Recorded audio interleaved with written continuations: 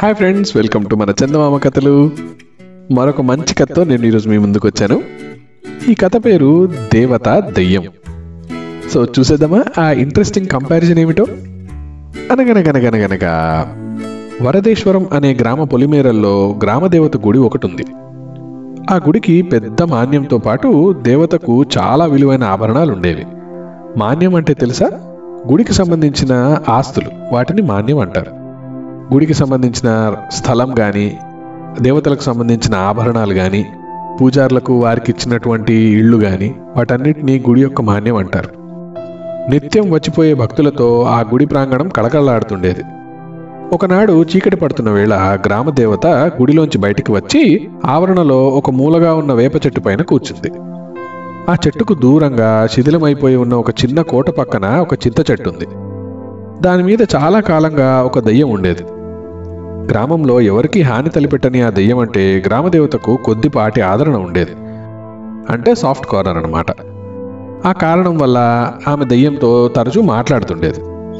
ఆ రోజు మాటల సందర్భంగా ఆమె గ్రామంలో తన భక్తులు ఎంతెంత ఘనంగా తనకు పూజలు జరిపి కానుకలన్నీ చెల్లిస్తున్నది దెయ్యానికి వివరంగా చెప్పింది. అంతా విన్న దెయ్యం, తల్లి, నువ్వు ఒట్టి అమాయకురాలివి. మనుషులు చాలా మోసగాళ్ళు. వాళ్లలో వాళ్లే కాదు, దేవతలకు కూడా అవసరాన్ని బట్టే భక్తి గౌరవాలు ఇస్తారు. నిన్ను అడ్డం పెట్టుకుని నీ సొమ్ము తింటూ బతికే పెద్ద మనుషులు లాంటి వాళ్ళు ఈ గ్రామంలో చాలామంది ఉన్నారు అన్నది. ఆ మాటలకు గ్రామదేవతకు కోపం వచ్చింది. ఆమె దెయ్యంతో, నీకు మనుషులంటే కుళ్ళు, అందువల్లనే ఇలా చెప్తున్నావు. నా భక్తులు నేను గీసిన గీత దాటరు, రుజువు చేయమంటావా అన్నది. ఆ సమయంలో గ్రామ భూతవైద్యుడు అక్కడికి వచ్చి గుడి చుట్టూ ప్రదక్షిణలు చేయసాగాడు. గ్రామదేవత దెయ్యానికి వాడిని చూపించి, వాడు ఎన్నాళ్ల నుంచో నన్ను కొలుస్తున్నాడు, పాపం చాలా బీదవాడు, ఈ రాత్రే ఇతన్ని అనుగ్రహించబోతున్నాను అన్నది. అలాగే తల్లి, వీడు నీ పట్ల ఎంత భక్తి గలవాడో పరీక్షించేందుకు నాకు ఒక్క అవకాశం ఇవ్వు, నేను వాడికి నాకు చేతనైనంత సాయం చేస్తానప్పుడు అన్నది దెయ్యం. ఆ రాత్రి దేవత భూతవైద్యుడి కలలో కనిపించి తాను వాడిని కటాక్షించానని, ఉదయాన్నే ఆలయ ధర్మకర్తను కలుసుకోమని చెప్పింది. తర్వాత ధర్మకర్తకు కలలో ప్రత్యక్షమై భూతవైద్యుడికి ఆలయంలో లెక్కలు చూసే పని ఇవ్వమని ఆజ్ఞాపించింది. తెల్లవారుతూనే భూతవైద్యుడు ధర్మకర్తను చూడ్డానికి వచ్చాడు.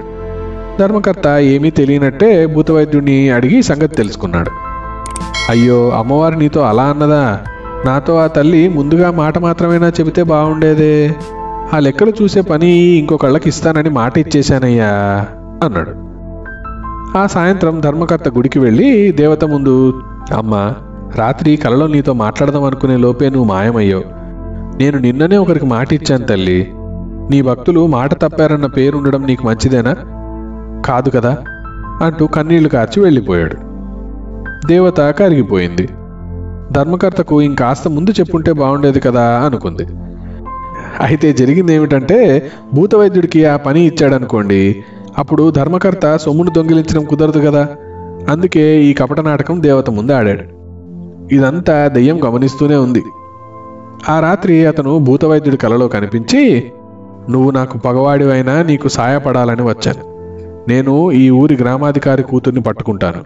నువ్వు తప్ప ఏ మంత్రగాడికి లొంగను. నువ్వు వస్తేనే నేను ఆమెను వదులుతాను. జనంలో నీకు పేరుతో పాటు డబ్బు కూడా వస్తుంది అని చెప్పింది. భూతవైద్యుడు ఎంతో సంతోషంగా ఒప్పుకున్నాడు. ఆ మరునాడే గ్రామ కూతుర్ని దెయ్యం పట్టుకున్న సంగతి ఊరంతా పాకిపోయింది. తన గొప్పతనం చూపించుకునేందుకు ఆ భూతవైద్యుడు 1-2 రోజులు ఆగి నెమ్మదిగా గ్రామాధికారి ఇంటికి వెళదాంలే అనుకున్నాడు. దెయ్యం భూతవైద్యుడికి సహాయపడడం తెలిసి గ్రామదేవత వాడికి ఆ రాత్రి కల్లో కనిపించింది. వాడు ఎంతో నిష్ఠూరంగా, ఏం తల్లి, అసలే దరిద్రుణ్ణి, దానికి తోడు నన్ను అవమానాల పాలు కూడా చేస్తున్నావే అన్నాడు. దేవత వాడితో, అదేమీ లేదు, ఈసారి నిజంగా మేలు కలిగేలా చేస్తాను. రేపే వెళ్ళి నామాల గోవిందయ్య శెట్టిని కలుసుకో. నీకు అవసరమైన ధన సహాయం చేసేందుకు ఏర్పాటు చేశాను. కానీ ఒకటి గుర్తుంచుకో, నిజంగా నా మీద భక్తి ఉంటే మరెవరి సహాయాన్ని ఆశించకు అన్నది. తర్వాత దేవత గోవిందయ్య శెట్టి కలలో కనిపించి ఈ సంగతి చెప్పింది. శెట్టి ఎంతో భక్తిగా, నీ ఇష్టమే నా ఇష్టం తల్లి అన్నాడు. మర్నాడు భూతవైద్యుడు రాగానే శెట్టి మండిపడుతూ, పైసా పైసా కూడబెట్టి ఇంతవాడినయ్యాను. ఈ దానం ధర్మం అవేవి మా ఇంటా వంటా లేవు. అమ్మవారు ఇవ్వమనడం, నువ్వు రావడం, కావాలంటే ఒక కాణి ఇస్తాను పట్టుకుపో అని భూతవైద్యుడి చేతిలో ఒక నాణెం పెట్టి పంపించేశాడు. భూతవైద్యుడు రోషంగా దాన్ని నేలకేసి కొట్టి ఇంటికి వెళ్ళిపోయాడు. తర్వాత గోవిందయ్య శెట్టి శుచిగా స్నానం చేసి ముఖాన ఇంతేసి నామాలు దుద్దుకొని గుడికి వచ్చాడు. అమ్మవారి కాళ్ల మీద పడుతూ, తల్లి ఏం చెప్పేది, నా బతుకు పూచిక పుల్ల కన్నా లోకం అయిపోయింది. నా పెళ్ళాన్ని నమ్మి ఆస్తి అంతా దాని పేర రాశాను. రాత్రి నీ ఆజ్ఞ గురించి చెప్పబోతే మహంకాళిలా లేచి నన్ను ఇంట్లోంచి తరిమేస్తానంటుంది. క్షమించమ్మా, నీ ఆజ్ఞ నెరవేర్చలేకపోయాను అని చెప్పి కన్నీరు కార్చాడు. గ్రామదేవత అతని మీద జాలిపడుతూ, అయ్యో పాపం శెట్టి, నా మీద ఎంత భక్తి ఉన్నా కట్టుకున్నదే అలా ఎదురు తిరిగితే ఏం చేస్తాడు పాపం అనుకున్నది. భూతవైద్యుడు 4 రోజుల తర్వాత గ్రామాధికారి ఇంటికి వెళ్ళి ఎవ్వరికీ లొంగని దెయ్యాన్ని 4 మంత్రాలతో చదివి పారదోలాడు. వాడికి గ్రామాధికారి చాలా ధనం బహుకరించాడు. వాడికి గ్రామంలోనే కాక చుట్టుపక్కల గ్రామాల్లో కూడా గొప్ప భూతవైద్యుడు అన్న పేరు వచ్చింది. ఈసారి దెయ్యం వాడిని ముందుగా హెచ్చరించిపోయి పక్క ఊరి జమీందారు కూతుర్ని పట్టుకుంది. భూతవైద్యుడికి తన మీద కన్నా దెయ్యం మీద ఎక్కువ నమ్మకం కలగడం చూసి సహించలేకపోయింది గ్రామదేవత. మళ్ళీ ఒక రాత్రి ఆమె వాడి కలలో ప్రత్యక్షమైంది. వాడు 2 చేతులు నమస్కరించి, తల్లి, నీకు నీ మేలుకు ఓ దండం. ఏదో ఆ దెయ్యం పుణ్యమా అని లక్షణంగా బతికేస్తున్నాను, నన్ను వదిలేయమ్మా అన్నాడు. గ్రామదేవతకు వారి మాటలు అవమానంగా తోచాయి. అయినా సరే శాంతించి, చూడు, నీకు ఇదే నా చివరి సహాయం. ఈ మధ్య కొంతకాలంగా రామకోటి రాస్తున్న శివకోటయ్యను కలువు. అతడికి చాలా ఆస్తి ఉంది, వారసులు ఎవ్వరూ లేరు. నీ సంగతి చెప్తాను. ఆ తర్వాత మాత్రం ఇక దెయ్యంతో పొత్తు పెట్టుకోనని మాటివ్వు అన్నది. భూతవైద్యుడు అయిష్టంగానే దేవతకు మాట ఇచ్చాడు. మర్నాడు శివకోటయ్య దగ్గరికి వెళ్ళాడు. ఆ సమయంలో ఆయన దీక్షగా రామకోటి రాస్తూ భూతవైద్యుడిని కొంచెం ఆగమని చెప్పాడు.